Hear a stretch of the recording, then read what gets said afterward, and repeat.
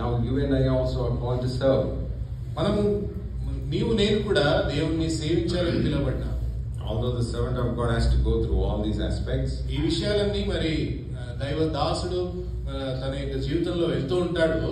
but yet you and I also are need to serve the Lord in the way which God has called us and according to His purpose. అయినను నీవు నేను కూడా దేవుడు మనల్ని పిలిచినటువంటి ఉద్దేశము నెరవేర్చుటకు మనము పిలువబడిన వారమని జ్ఞాపకం చేసుకుంటాం. Great honor and privilege to serve the Lord. మరి ప్రభువారిని మరి సేవించటము అనేది ఎంతో గొప్ప విషయం, ఎంతో ఘనమైన విషయం. Joshua was a very big man, మరి యెహోషువ ఎంతో పెద్ద మనిషి, and he conquered the whole land of Canaan. ఆ కనాను దేశం అంతటిని కూడా తను స్వాధీనం చేసుకున్నాడు. He subdued nearly 31 kings. మరి 31 రాజులను జయించి ఆ యొక్క ప్రాంతమంతా స్వాధీనం చేసుకున్నాడు. But he never was proud of that. మరి ఎప్పుడు కూడా గర్వంతోని ఉండలేదు రాజు. But he had one desire. కానీ తనకు ఒక వాంఛ ఉండింది. He told the people of Israel, ఇశ్రాయేలు ప్రజలకు తను చెప్తూ వచ్చినాడు, now you possess the land.